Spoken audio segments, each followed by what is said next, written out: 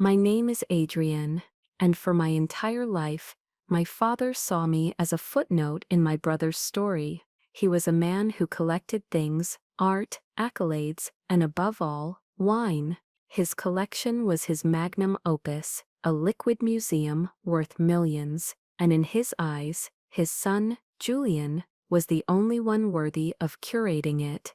It took his death for me to finally understand that the greatest gift he ever gave me wasn't his approval, which I never got, but his most profound mistake. It's funny how life works out. Sometimes the things people discard, the things they label as worthless, are the only things that truly matter. And sometimes, the quietest person in the room is the one who ends up making the most noise. The day of the will reading felt like a scene from a play I'd been forced to watch 1,000 times before. The set was the stuffy, wood-paneled office of Mr. Davies, our family's lawyer, for as long as I could remember. The air was thick with the scent of old paper and furniture polish, a smell I associated with pronouncements and finalities. I sat in a stiff leather chair that was cold against my skin, my hands clasped in my lap to keep them from shaking. Across from me sat the stars of the show, my brother Julian, and my mother, Eleanor. Julian was the golden sun, luminous even in mourning. His grief was tailored, expensive, just like his suit. He had our father's sharp profile and confident posture, an inherited arrogance that he wore like a family crest. He wasn't sad, he was impatient. This reading was a formality, the final step before he could claim his throne. My mother sat beside him, a portrait of tragic matriarchy. Her hand rested on Julian's forearm, a gesture that was less about comfort and more about anointing him. Her sorrow was real, I suppose, but it was overshadowed by a palpable sense of satisfaction. The natural order of things, in her mind, was finally being solidified. The king was dead, long live the prince. I, as always, was just part of the scenery. The dutiful, quiet daughter, the supporting cast. Mr. Davies, a man whose face seemed permanently etched with polite neutrality, cleared his throat. He looked at each of us over the top of his spectacles. His gaze lingered on me for a fraction of a second, a flicker of something that might have been pity, or maybe I imagined it. I'd become an expert at reading sympathy in faces that offered none. He began reading the will, his voice a dry monotone that turned my father's final wishes into a dreary legal proceeding. The house, Blackwood Manor, with its sprawling grounds in the Finger Lakes, went to Julian. The stock portfolio, the art, the savings, all to Julian. It was expected. I had braced myself for it. I had spent a lifetime being braced. For years I was the family's unofficial financial backstop, the one with the steady job and the responsible savings account, who quietly paid off a credit card or covered a bill when one of Julian's brilliant entrepreneurial ventures inevitably crashed and burned. No one ever called it a loan. It was just what Adrienne did. It was my function. Then Mr. Davies got to the final, most important asset, and the wine collection. He read, his voice unwavering, stored in the main cellar at Blackwood Manor, in its entirety, I bequeath to my beloved son, Julian. Julian's chest puffed out. He squeezed our mother's hand. He shot a glance at me, not of malice, but of pure, unadulterated triumph. It was the look of a man who had been running a race against no one and had just crossed the finish line. Mr. Davies adjusted his papers, and to my daughter Adrienne, he continued, and for a heartbeat, a stupid, naive little part of me flickered with hope. Perhaps there was a trust, a small token, a single line that said he saw me. He paused. I leave the entire contents of the sub-cellar. Silence. The words hung in the air, heavy and meaningless. The sub-cellar. It wasn't even a real cellar. It was a damp, stone-walled room, off the basement, where the furnace rumbled and spiders built empires in the dark. It was the place where broken furniture and forgotten junk went to molder. No one had opened its swollen wooden door in at least 20 years. Then the silence was shattered by Julian's laughter. It wasn't a chuckle, it was a loud, unrestrained bark of a laugh that filled the entire office. My mother shushed him gently, but she was smiling, a tight, thin smile of relief. The last loose end had been tied up. The sub-cellar. Julian gasped, wiping a tear of mirth from his eye. My God, Dad had a sense of humor to the very end. He looked at me, his face glowing with a patronizing warmth. Don't worry, Addie. You can use all that cooking wine for your stews. Maybe there's an old bottle of vinegar in there you can use for salad dressing. His words struck me with the force of a physical blow. It wasn't the insult itself, but the public nature of it. The final, posthumous declaration from my father, witnessed and ratified by my family and a lawyer. This was my value. This was my portion. The dregs, the forgotten mistakes. I could feel my face burning, a hot tide of humiliation rising up my neck. I looked at my mother, hoping for a flicker of defense, a shred of maternal indignation. I saw nothing. She just gave a little shrug, a silent confirmation. What did you expect? Davies slid a document across the table for me to sign, acknowledging receipt of my inheritance. My hand was shaking so badly, I could barely hold the pen. Julian was still chuckling to himself. He leaned over to our mother and whispered loud enough for me to hear. She can host a party for her cats. I signed my name. I stood up. I didn't say a word. I walked out of that office, out of the building, and into the cold gray afternoon. The sound of my brother's laughter echoing in my ears. It was the sound of my life's worth being calculated and declared. And the final sum was 0. I didn't drive home. I couldn't. My modest, quiet apartment, the one I paid for with my own hard-earned money, suddenly felt like a cage I had built for myself. My vision was blurry, a film of hot tears I refused to let fall. My hands were gripping the steering wheel so tightly, my knuckles were white. I just drove. I followed the winding roads that skirted the edge of the lake, the water a churning, slate-gray mirror of the sky. I ended up at a scenic overlook, a place tourists frequented in the summer, but was now deserted. I pulled the car over, killed the engine, and stared out at the choppy waves. And then, in the suffocating silence of my car, the dam broke. It wasn't a graceful, cinematic cry. It was a raw, ugly, gut-wrenching sob that tore its way out of my chest. A lifetime of being overlooked, of being a placeholder, of being the sensible, reliable, invisible daughter, came crashing down on me.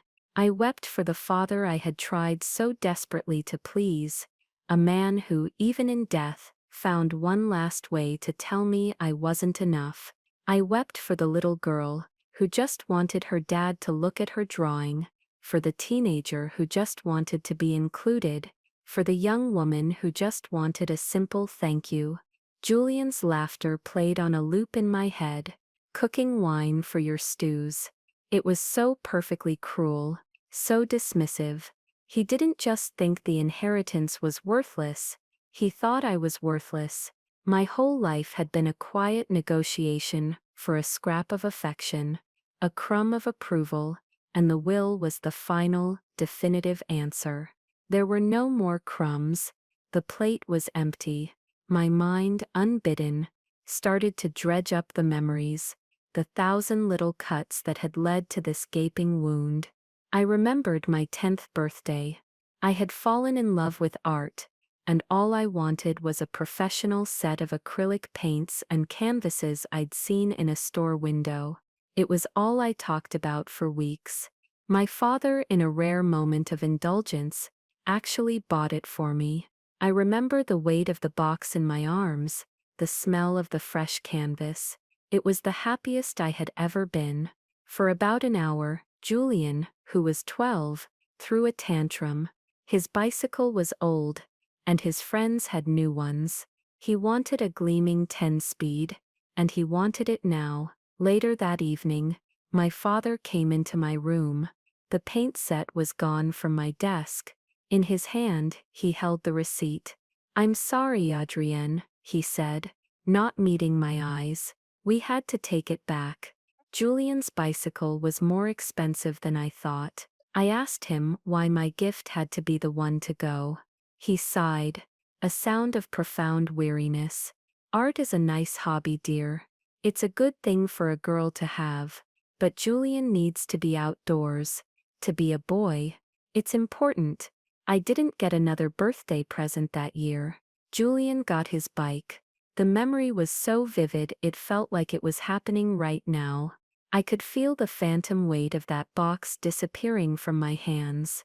It was never about the paint set. It was about the hierarchy. His needs were important. Mine were a hobby. Then another memory surfaced, sharper this time. I was about 16. My father's obsession with wine had reached its zenith. The main cellar was his sanctuary. He'd spend hours down there, cataloging, tasting, rearranging. One evening, he was showing Julian how to properly decant a bottle of old Bordeaux. It was a solemn ritual. The reverence in my father's voice, as he spoke of terroir and vintage, of tannins and bouquets, was the same tone other men reserved for prayer. I tiptoed down the cellar stairs, curious. I loved the history, the stories behind the labels. "What's that one, Dad?" I asked, pointing to the dark bottle. He looked up, and his face, which had been open and animated while talking to Julian, closed like a steel door. "This is not for you, Adrienne," he said, his voice flat. "This is a complex wine. It's a man's world, this kind of collecting. It's about investment, about legacy." He turned to a rack near the stairs and pulled out a bottle of sweet cloying German Riesling. He poured a small amount into a glass and handed it to me. "Here, this is more your speed. It's for the children." I was 16 years old. Julian was 18. But in his eyes, Julian was his heir, and I was still at the children's table.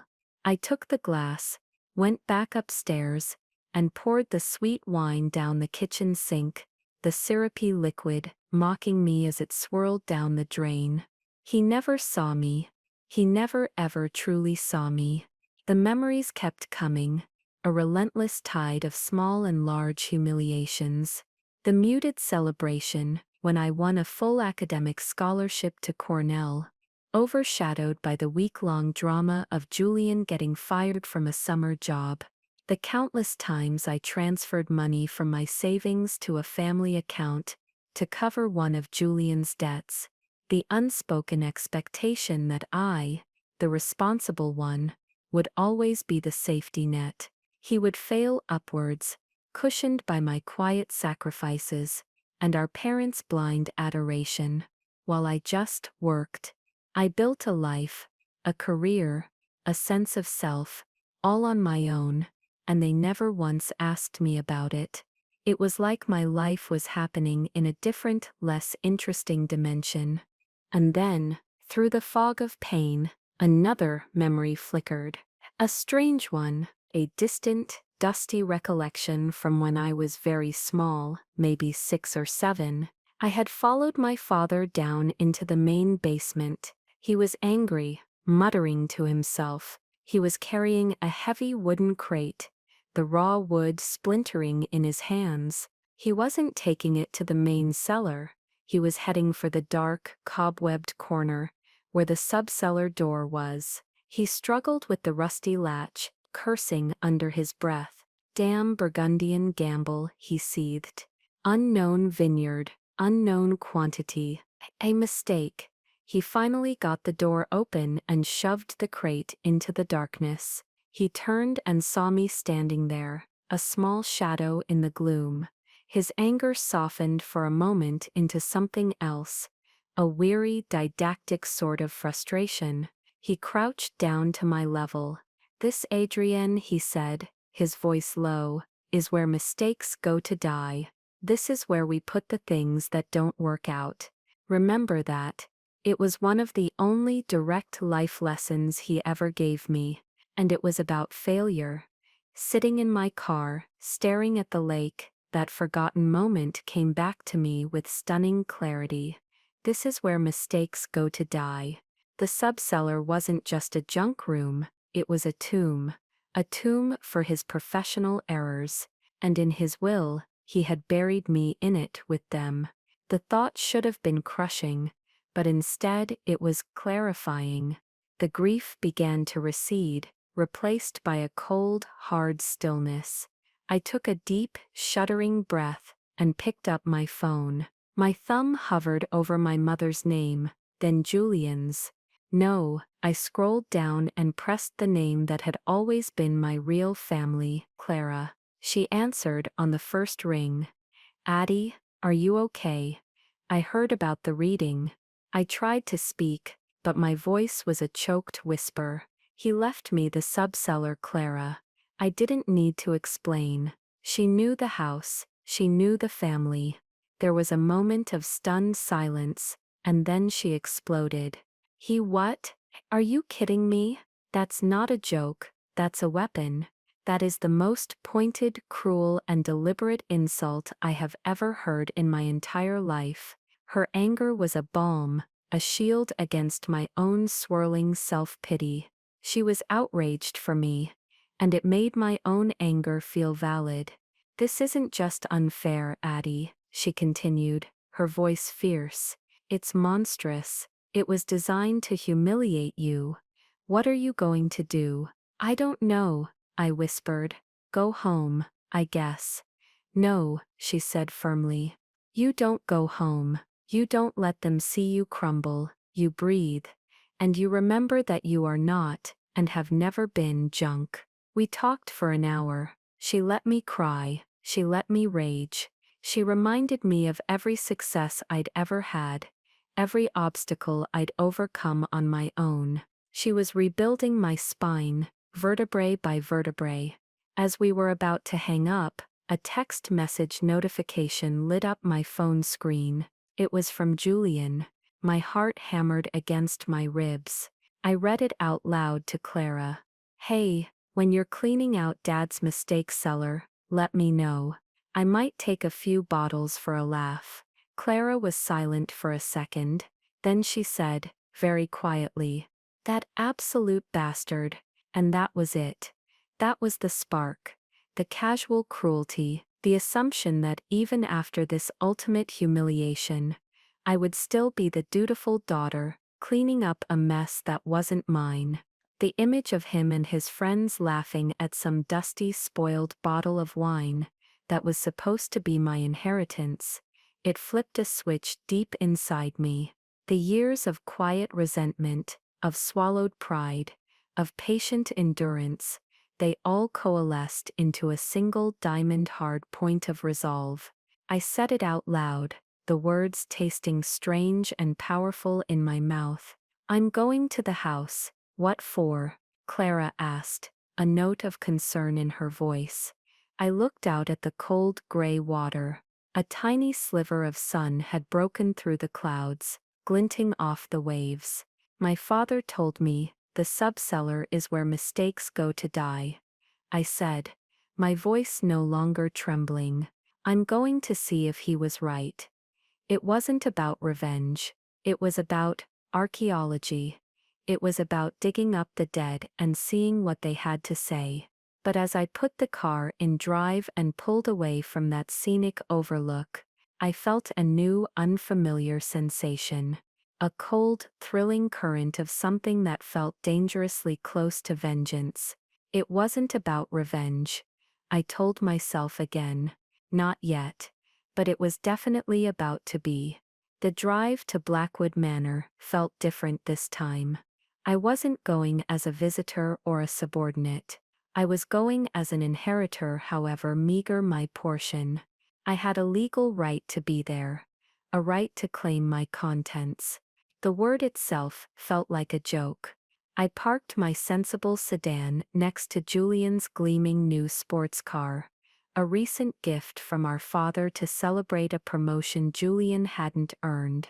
The house loomed over me, a monument to a family I was a part of, but never truly belonged to. I let myself in with my old key. The silence of the grand foyer, a stark contrast to the storm raging inside me. I didn't bother calling out. I knew Julian and my mother were likely at the country club, performing the next act of their grieving tragedy for a captive audience. I went straight to the basement stairs.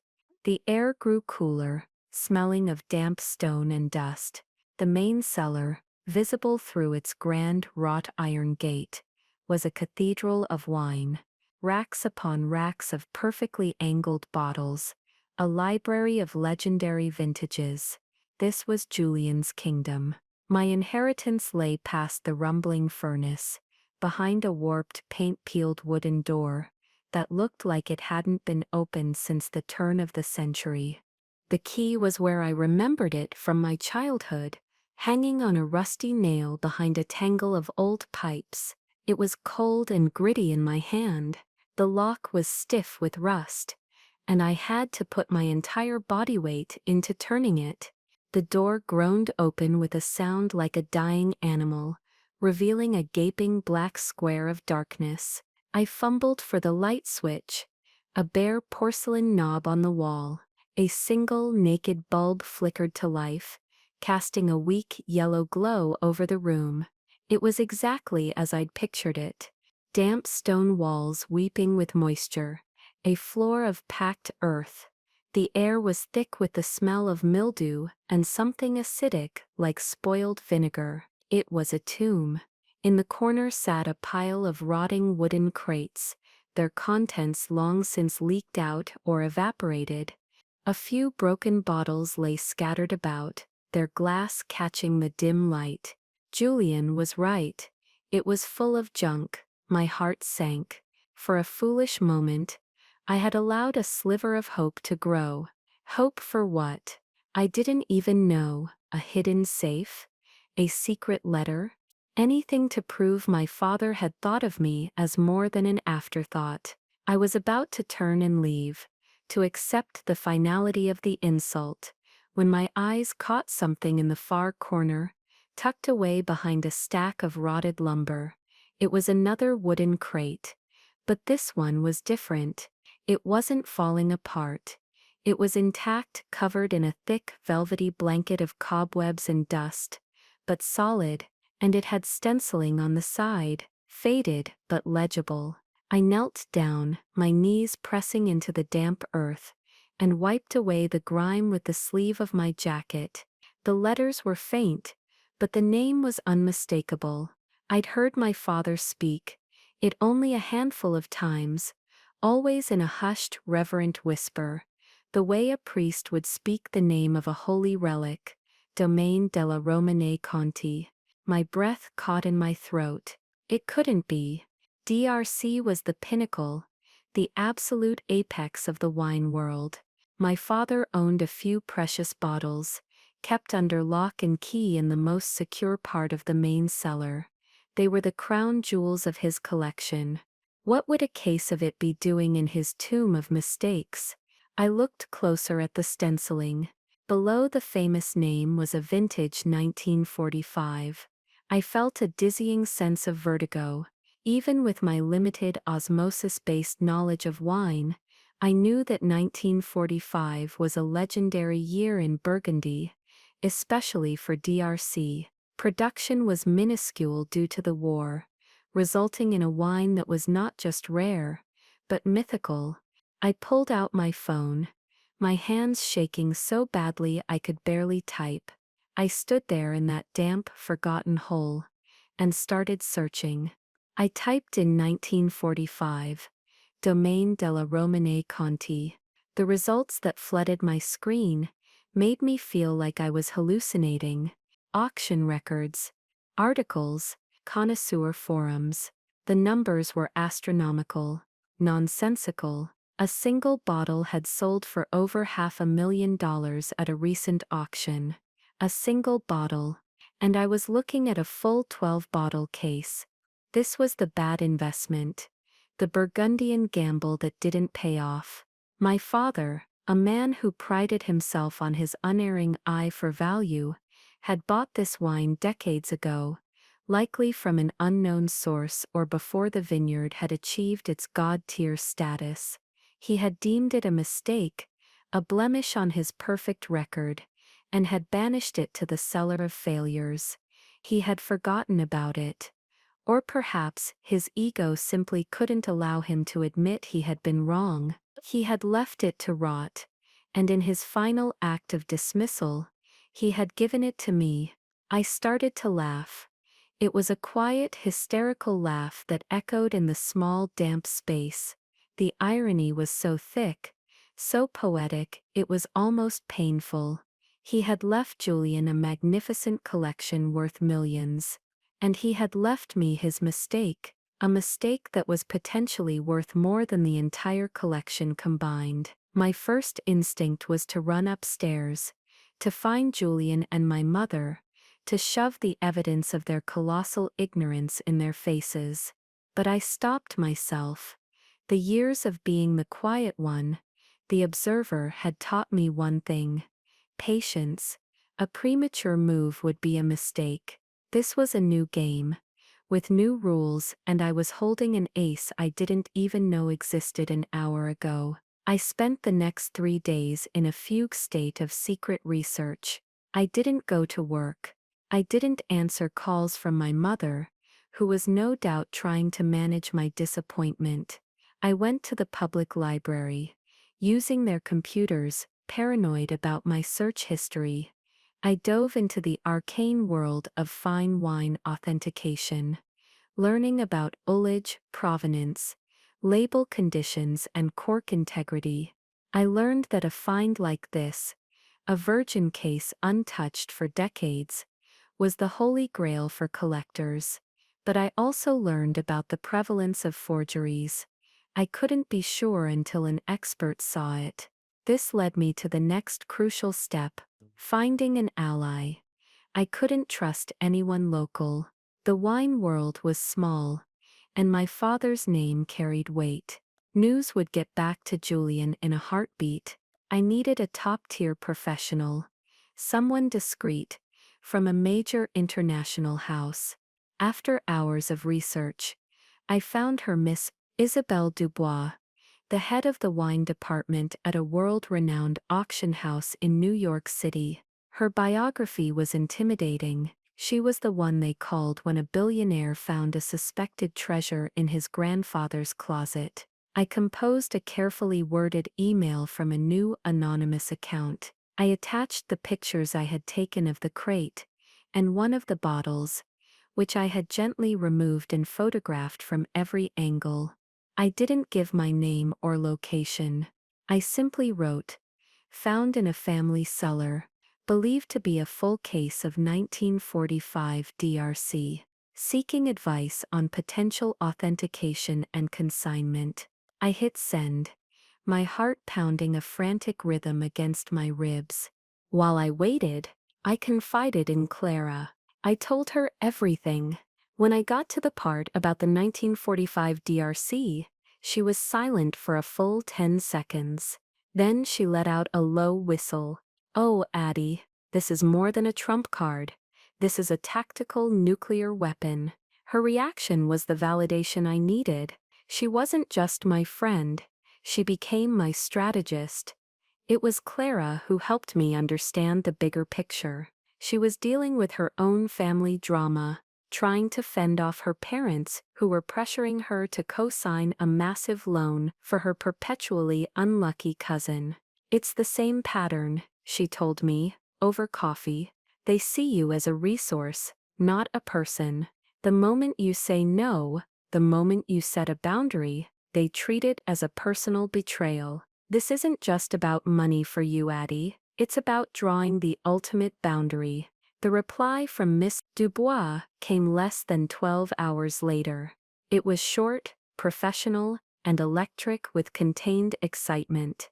"The images are promising," she wrote. "Extremely promising. The provenance you describe, a forgotten case from an old cellar, is the ideal narrative. However, I must see a bottle in person. My discretion is absolute. Please let me know when you might be able to come to New York. We will of course cover all your expenses." The plan began to form in my mind, a quiet, intricate blueprint for a new reality. I needed to get one bottle to New York City without anyone knowing. The following Tuesday, when I knew Julian and my mother had a standing luncheon engagement, I drove back to the manor. With surgical care, I packed a single bottle into a specially designed wine shipper I had bought online. The drive to the city was 5 hours of pure adrenaline. The auction house was an imposing marble and glass building on Park Avenue.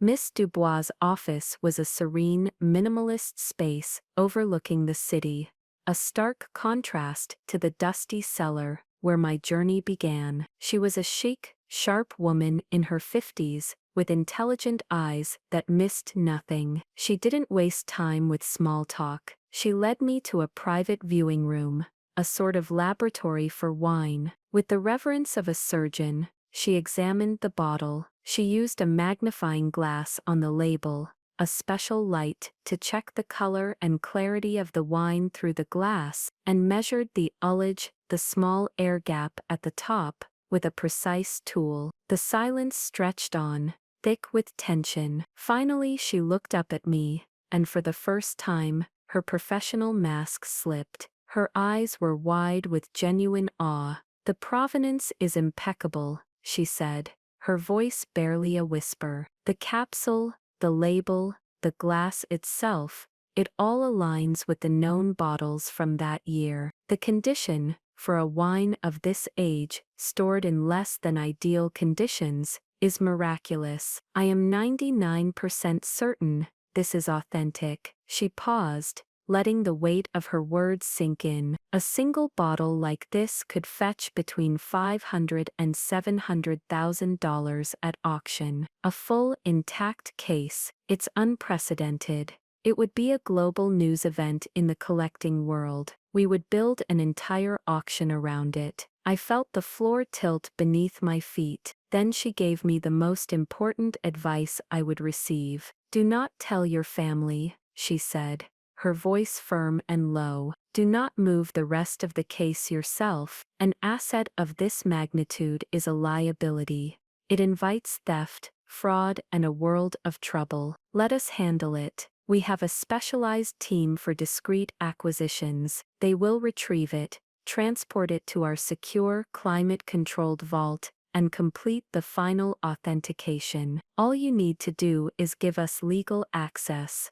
I nodded, my mind racing. Legal access, the will, the contents of the sub-cellar. My father's final insult had just become my ironclad legal shield. "What do you want to do, miss?" she trailed off, realizing she still didn't know my name. "My name is Adrienne," I said, my voice clear and steady, "and I want you to sell it. The first move of a silent war is the one your enemy never sees coming." While Julian was busy playing the role of the great collector, planning a lavish tasting party to show off his inheritance to his sycophantic friends, I was orchestrating a heist in plain sight. On a crisp autumn Thursday, I knew Julian and my mother would be at the club for their weekly bridge game, a 4-hour affair of gossip and gin. That was my window. At precisely 1 o'clock, an unmarked, climate-controlled van pulled into the long driveway of Blackwood Manor. It looked like a simple delivery truck. 2 men in plain gray uniforms got out. They were from Miss Dubois' acquisitions team. I had given them a signed letter,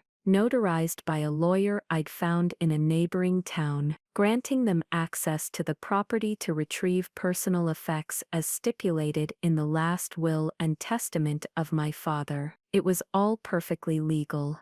It was all my right. I met them at the basement door and led them to the sub-cellar. They worked with quiet, practiced efficiency. They had a specially designed padded crate to transport the original. Within 30 minutes, the legendary case of 1945, Romani Conti, was out of its damp tomb and secured in the back of the anonymous van. The two men nodded at me, handed me a receipt of transfer, and drove away. I went back down to the sub-cellar. It was now truly and completely empty, save for the few broken bottles and the smell of decay. I took out my phone and took several pictures of the barren, worthless space, evidence. Then I went back upstairs, locked the house, and drove away, a strange sense of calm settling over me. The die was cast, the wine was now in a secure vault in Manhattan, and the gears of the auction house were turning. Miss Dubois had informed me that the discovery was so significant,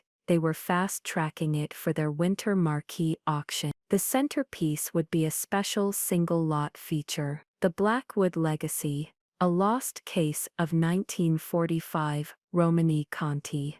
The first tremor of Julian's world cracking came not from me, but from an insurance agent. He was trying to get the collection reappraised for a new policy under his name. The agent informed him that based on a preliminary review, the collection's value was actually about 15% less than their father had always claimed. Arthur, it seemed, was prone to exaggeration. For Julian, whose entire identity was now wrapped up in being the heir to this legendary collection, this was an intolerable blow.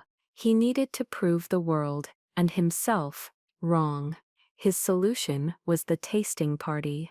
He would invite the most influential collectors in the region, open a few of the less astronomically priced but still impressive bottles, and re-establish the dominance of the Blackwood name. My mother, Eleanor, thought this was a masterful social strategy. It was in the course of planning this grand event that the first real crack appeared. Julian decided he wanted some rustic chic decorations, old barrels, dusty jugs, that sort of thing. He remembered the sub-cellar. It would be the perfect place to find some authentic-looking junk. He swaggered down to the basement, key in hand, probably imagining himself as a rugged sommelier unearthing treasures. What he found was an empty room. At first he wasn't panicked, just annoyed. He probably assumed I'd hired some junk removal service. He called me, his voice oozing with condescension. "Hey Addie, did you get someone to clear out that junk from the mistake cellar yet? I went down there, and it looks like some vagrant might have gotten in and stolen an old crate of vinegar or something. You should really be more careful." I let the silence hang in the air for a moment before I replied. My voice was level, calm, and factual. "No one stole anything, Julian.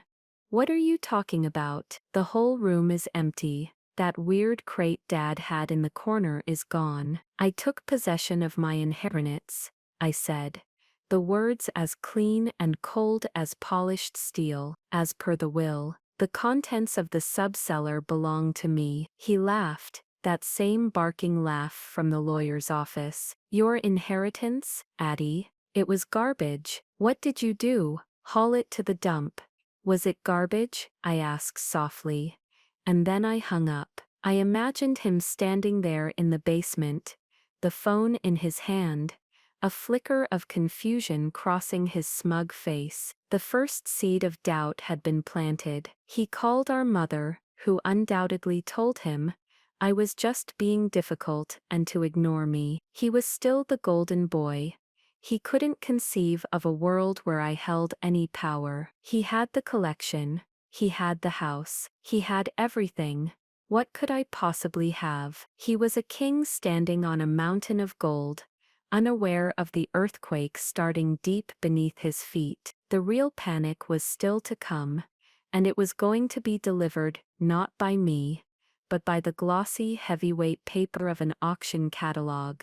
The power shift in a family is never a single dramatic event. It's a series of small seismic shocks that destabilize the old foundation until it collapses under its own weight. For my family, that collapse began with the release of the auction catalog. It went live online first, a digital bombshell dropped into the elite, gossipy world of fine wine collectors. Physical copies, printed on thick, expensive paper, were overnighted to a curated list of billionaires, connoisseurs and, most importantly, my father's old friends and rivals. The call came to Julian on a Saturday morning. He was on the back patio of the manor, probably sipping an overpriced espresso and admiring his kingdom. It was from a man named Marcus Thorne, a fellow collector who had always been a rival of our father's. I can picture Julian's smug satisfaction, assuming the man was calling to congratulate him. I wasn't there, but I can imagine the conversation perfectly. "Julian, my God," Marcus would have said, his voice a mix of awe and disbelief. "I just saw the catalog. I had no idea your father had the 45 DRC. A full case. Why in God's name is it being sold through your sister?" The blood must have drained from Julian's face. He would have stammered, confused, asking what catalog. Marcus, ever the rival, would have delighted in emailing him the link. And there it was, a full-color, 10-page spread. The Blackwood Legacy, a lost case of 1945, Romani Conti, discovered.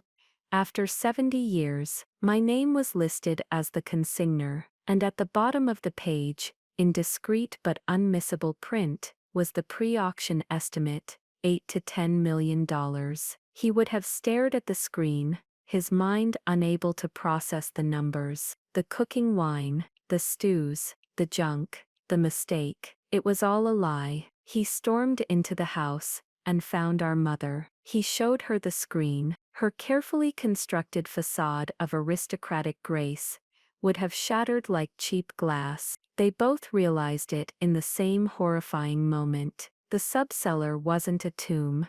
It was a treasure chest, and my father, in his infinite arrogant wisdom, had handed me the key. The multi-million-dollar collection Julian had inherited, the source of all his pride and social standing, was suddenly, shockingly, second-rate. He had been given the kingdom, but I had been given the crown jewels. The phone calls started almost immediately. First, my mother. Her tone was a masterclass in emotional manipulation, shifting from wounded confusion to righteous fury. "Adrienne, what is this? What have you done?" she demanded.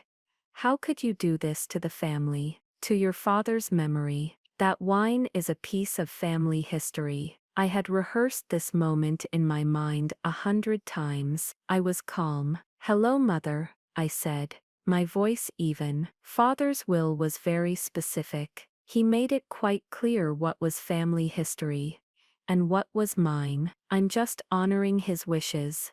His wishes. This is a mistake. He didn't know what it was. You are tearing this family apart over a technicality.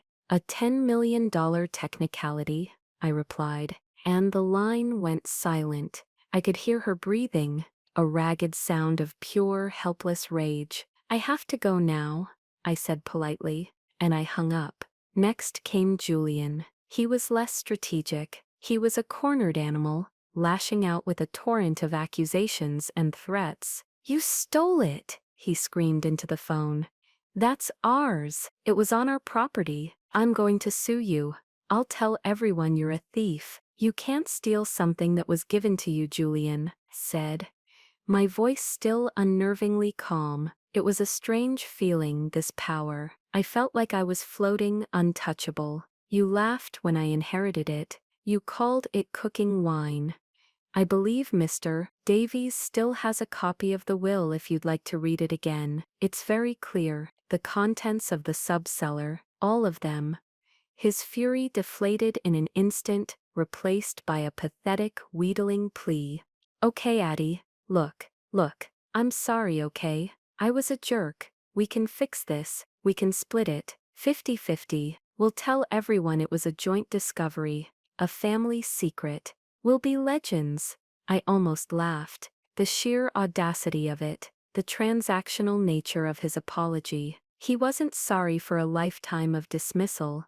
He was sorry he had miscalculated the value of my inheritance. No, Julian, I said, and the coldness in my own voice surprised me. We will not be splitting it, and we will not be legends. I will be the woman who discovered a priceless treasure, and you will be the man who inherited a world-class wine collection, and was still upstaged by the contents of a damp cellar. You have your legacy. Go and enjoy it. Goodbye. I ended the call before he could respond. I blocked his number. I blocked my mother's number. The lines of communication were officially closed. The exodus had begun. It wasn't about me leaving the family. It was about the foundations of their world crumbling away. The story was spreading like wildfire through their social circle. The tale of the will, which had initially been a source of pity for me and pride for them, was now recontextualized. Julian wasn't the favored son.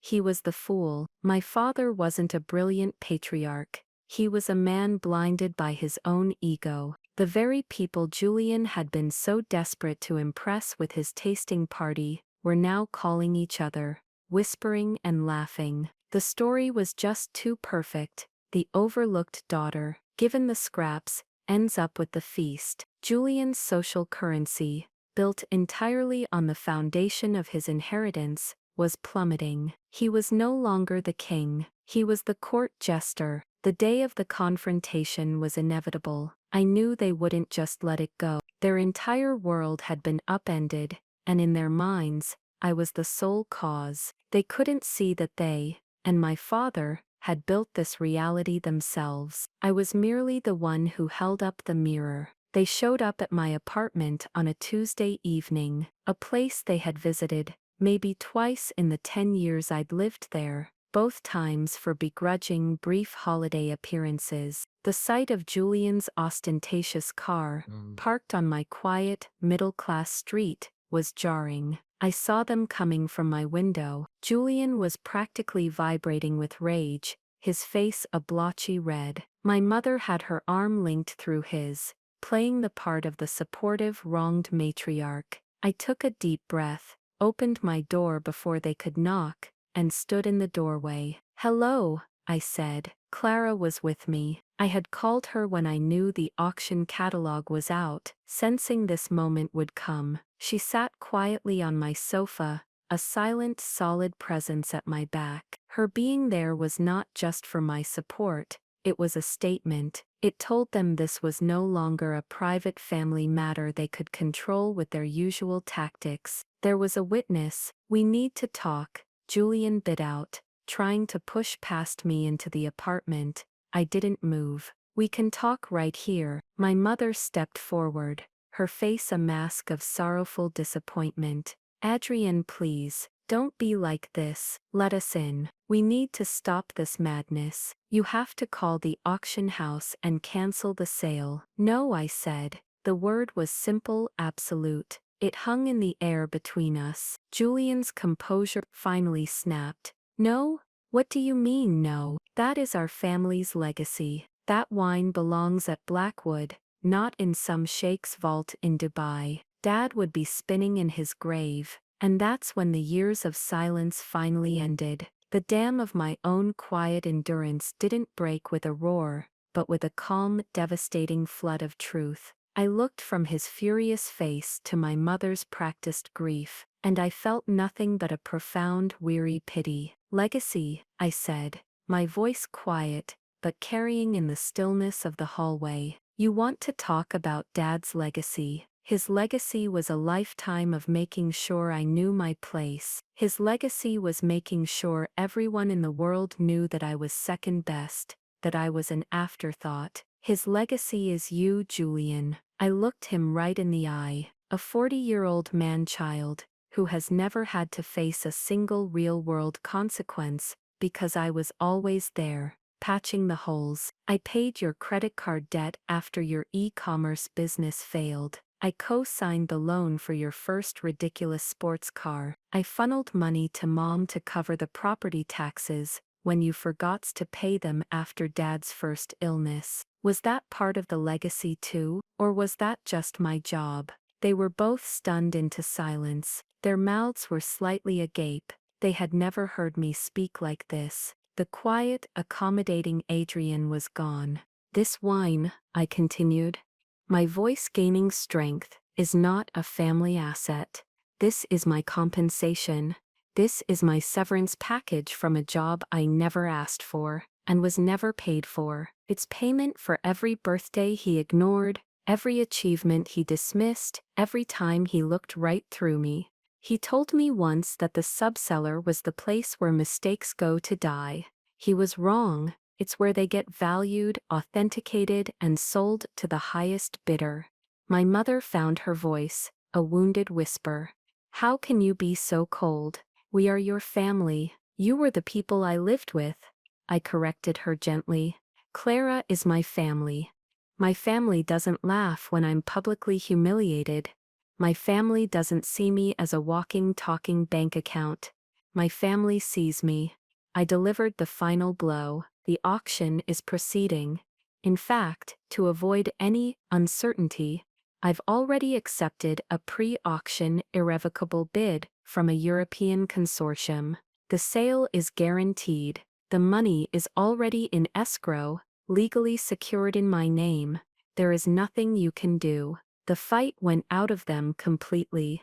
They slumped, defeated. The rage in Julian's eyes was replaced by a hollow, stunned emptiness. My mother just stared at me, as if seeing a stranger. You have your collection, Julian, I said, my voice softening just a fraction. You have the house. You have everything you ever wanted. It's time for you to go and enjoy it. I stepped back and closed the door, shutting it gently but firmly in their faces. I leaned against it, and for the first time in my life, I felt truly, completely free. The house was quiet. Through the door, I could hear their footsteps retreating, the sound of a world ending. The auction itself was an almost surreal epilogue.